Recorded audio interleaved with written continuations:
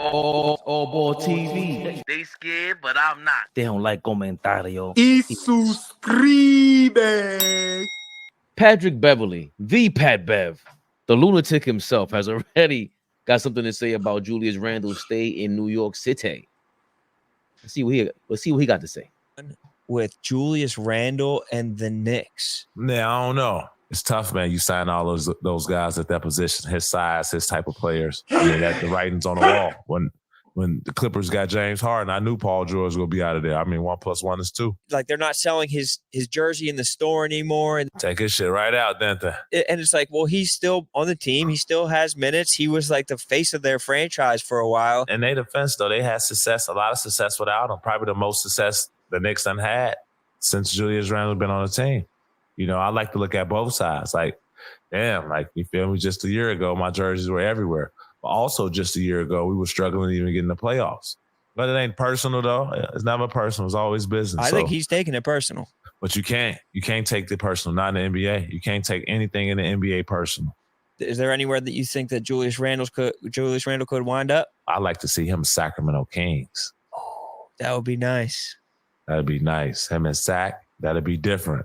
Julius Randle is a human being. You can have feelings all you want, but I honestly think the Knicks and Julius Randle is laughing at everybody behind the scenes. I disagree with Pat Bev saying that we got a whole bunch of guys that plays his style and his size. OG or Mikal Bridges is not Julius Randle. So I don't think those two players are a threat to his position. I think the problem is, and this has been going on in the NBA for how long? A player gets hurt, the team is successful, and then what do we all say? They better without him. They don't need him. This is not the first time I've seen this happen. When Memphis went on that win streak without Ja Morant, how many people were saying Memphis is better without him? They need to think about trading him. This happens all the time. Michael Jordan retires, Scottie Pippen, they still win 50-something games. Scottie Pippen is an MVP candidate. No. What do they say? No. I'm just telling you how this thing be working sometimes. I got you. Julius Randle, what they're doing to him as far as media is sad. Now, we said last Knicks Rehab, it's only 2-3 players that we would take a phone call. I think we said Giannis, to a certain extent, Cat, and we'll get to that later. You said Sabonis. And I said Sabonis. Now, if we talking about a straight-up trade, Sabonis for Julius Randle, oh, yeah, it's going down. It's going down. But I'm going to be honest. LaCosta Rosa on them, they got something up their sleeve. It has to be a reason why he didn't sign that extension yet. There has to be something behind this. But I don't understand why everybody is doing this to Julius Randle. Every week, his name is in trades. His name is in all types. I don't get it. But I disagree with Pat Bev as far as like, because what he said about the James Harden, Paul George thing. I disagree with that. I totally disagree with that. Like I said, I don't think Mikal Bridges or OG has nothing to do with Julius Randle. They don't play no similar type of style. They don't play, even though I think OG is a 3. I don't think he's a 4.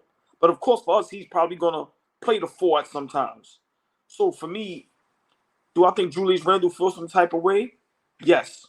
But do I think the leadership of Brunson and then all the guys probably talking to him like, yo, bro, don't even pay that no mind. You good over here. We want you here. We straight. I think that right there calms him down. But initially, I really think he feels some type of way because I would like, yo, what's going on? And then you have former players and all the analysts. It's like they basically want you out of New York. I don't get it. But Fleetwood, I never thought about when Patrick Beverly said James Harden goes there, he knew Paul George was out the door. I never thought about it like that. Like, what do you think about that? You think that adds to Randle like, I'm out? Nah, I think we forget how good we looked prior to him getting hurt last season. I know that once he hurt his shoulder, all the basketball prior to that seems like ancient history. But we were a damn good basketball team when he was on the floor with us with what we have, right? But I think a lot of things have changed in such a short amount of time that the mere fact of us even thinking to move Julius is not the worst thing in the world, right? And just hear me out. We talk about a guy that at his peak for us, 24, 10, and 5, right? Shooting 40% from 3, all NBA player, all-star level player. I just feel like it's all about how you go get what you got. So he averages 25 a game. That 25 a game that he gets is very, very different than how a Giannis may go get 25, or how a Brunson gets 25, or an Embiid, or any top player you think about. It just looks different. And for me, Julius gets it, and it's very much like a Melo. Melo being the ball stops when he gets it. He's not doing a lot of cutting. He's not doing a lot of catching and shooting. He's not doing a lot of stuff that we flourished with once he went down. The ball moved a lot more fluid. A lot of things, a lot more options were available to us when he was on the court. This is not an indictment on him saying he's a bad player. I just don't think it's a bad idea to start thinking about what life looks like without him being on the roster, right? But again, if we keep him, I'm not jumping out the window saying that's a bad move. He just has to change, in my opinion, his role, what he thinks he is. Is he going to be the second best player on the team? Without a doubt. But him being the second best player on the team, does that mean that we're going to be a top 3 seed if he's the second best player on our team? I don't know. The addition of Bridges, trading for Bridges, signing OG, and then getting Randle back, that's like a gift. Who would complain about a team that was number 2 in the East, win 50 games, and we go into the offseason, going into next season with 3 guys coming back like this? That's a good problem, but I think it's gonna turn into a problem if we don't face it. What are we gonna do with the minutes? The rotations. It changes. People's minutes are going to change. Julius might not be playing 35 minutes a game. You can't sit Bridges long stretches. Like, this stuff that I think Tibbs is going to have to figure out. And the easiest way to figure it out is moving Julius. That's the easiest way. Wow. We keep him now. You got to coach. You got to coach, Tibbs. You got to coach. All I ever asked for was Julius Randle. The Knicks make him the second and third best player on the team, and I'm fine. And they did that. But I just never thought about an NBA player coming out and saying, I've seen this before, that James Harden going to the Clippers was a thing for Paul George to leave as well. Because that means more money taken up by the cap. We're not talking about the Nova Knicks with Brunson taking less money for you to stay, of course. But he is due for more money because he's the one who took less money first, Julius Randle, that is. I just never thought about that. But at any given night, when I was going back and rewatching that footage, at any given night, Randle looks like the best player on the team or the 4th best player on the team. And that's okay. Because when you look like the 3rd or 4th best player, that means everybody else is just going off. There's nothing you could do about it. But that catch, when he catches the ball behind the 3-point line, gets to the paint, kicks out, Brunson can't do that. Brunson cannot. We don't have anybody that could do that. And he was doing that with ease on a lot of teams. The passes were a little bit not too fluid. Him leaving would be like, we saw what Hartenstein would happen. Like, if we felt it, but with Randle, that will kill us. Like, I just emotionally, because from where we went from with him, like, I don't care. I never cared about him, wanted him traded, to now where it's like he earned our respect and he earned the place on the team where he fits. I didn't see that coming. So if he wants to Does go, he still fit? Nah, man, you were part of the whole reason why this thing is here right now. That's and hindsight. maybe it's our past. job as I'm a talking fan about base right to now, keep Does he pushing him fit right as that now? instead of kicking him while he's down, letting Pat Bev talk like that. Because nah, man, I've seen enough, Flea.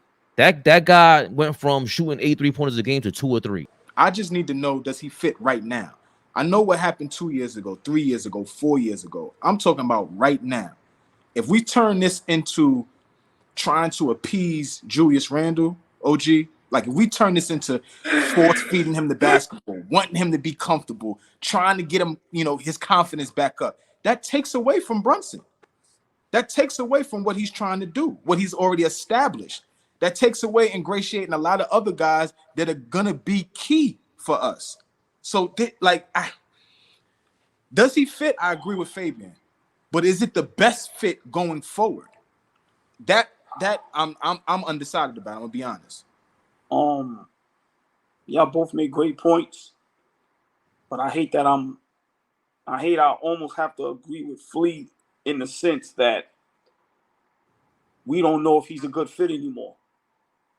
The only way we're gonna find out is him on the court.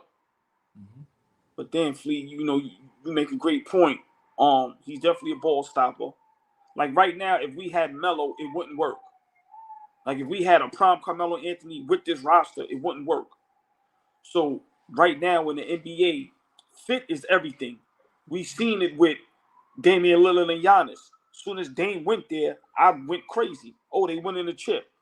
And it seems like the fit wasn't right. But when you had Drew Holiday there, it seemed like the fit was seamless. So right now, this is the Tom Thibodeau problem. This is a Tibbs problem. This is where great coaching comes in. He has to figure this out, Flea. I think for us to move Julius Randle, it has to make perfect sense. We can't just move him because we think, not saying us, but just in general. We can't move him because we think he's not a good fit or he's a ball stopper, all this. No, it has to make sense. Like I said, if it's Sabonis, if it's Giannis, we get into the cat thing later, then it's definitely a discussion. But this is the Tibbs problem. And I give you a couple teams that had a whole lot of good players and they made it work. We can go back to Portland when they had Scottie Pippen and all them dudes. They made it work.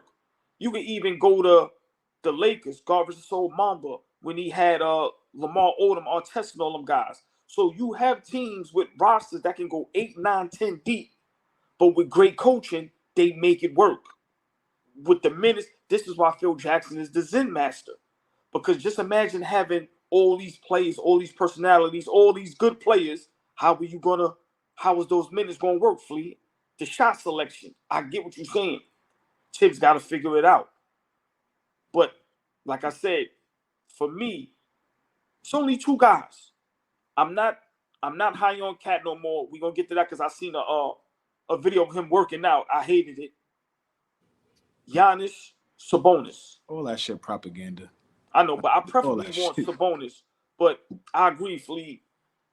I don't know if he fits right now, and I don't know if he's going to take away from Brunson. And just let me finish this point. It's human nature to be the number one, and then another guy comes in and takes your spot. You're going to dislike the situation regardless. It doesn't mean he's going to dislike Brunson, but some guys, it's hard to give up that key to the kingdom. And right now, with Brunson being the captain, look at the love. Listen, man, Julius Randle might have to be moved because what if this affects his play on the court? This is tough, man. It's tough. Well, to Fabian's credit, he always highlights how much Julius adjusted early on when we started to see Jalen Brunson rise. You saw Julius Randle make a it was evident that he was adjusting on how he approaches and how he approaches the game, what his role was on the team for us to be successful. You saw a different Julius Randle last year before he got hurt. So maybe we're not giving him enough credit right now to be able to adjust on the fly. But he's coming back from injury. We got a lot of new pieces, right, that did well. Before OG got hurt, you saw how he looked. He looked amazing, right? Mikal Bridges, everywhere he goes, he's a gamer. What do I mean by gamer? He doesn't miss. He's always available.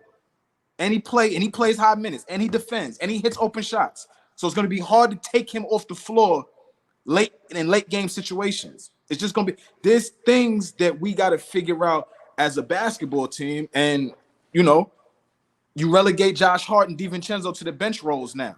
But them guys got to play. Those guys got to play. I can't see Randle seeing what happened last year, and now you got both wings with two defenders like that, and two guys who could shoot from the three like that, and they open things up for you, and just want to say, I'm not gonna see this through, especially halfway through. If he has a problem with the contract or whatever it is, you have more of a chance of getting a better deal, going wherever you want to, or whatever, or getting more leverage if you play this out and show everybody you're gonna be at peak performance. Because there is, what other situation can you go to when you got a spread offense? Basically, you could go 4 or 5 and out. AllBall TV. They scared, but I'm not. They don't like comentario. Y suscribe.